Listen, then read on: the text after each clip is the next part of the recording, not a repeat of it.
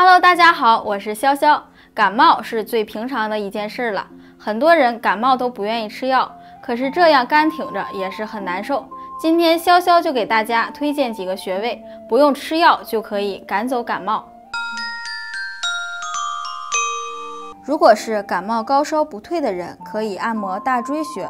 大椎穴在脖子后面最高的骨头下面。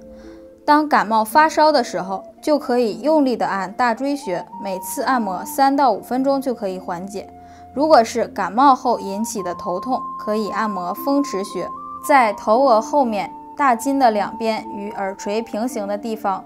当头非常疼的时候，就可以自己用双手的拇指按2分钟，力度要大一点。风池穴可以清热疏风解表。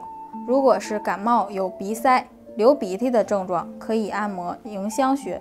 迎香穴在鼻子两边的凹陷处，可以自己用食指按揉鼻子两边的穴位，按2到3分钟。因为这个穴位有祛风寒、通鼻窍的作用，所以按迎香穴可以缓解鼻塞流涕。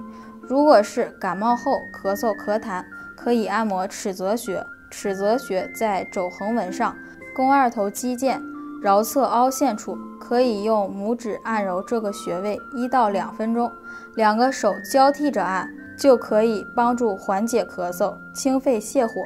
好了，今天就讲到这里了。这几种方法你学会了吗？希望能帮助到你。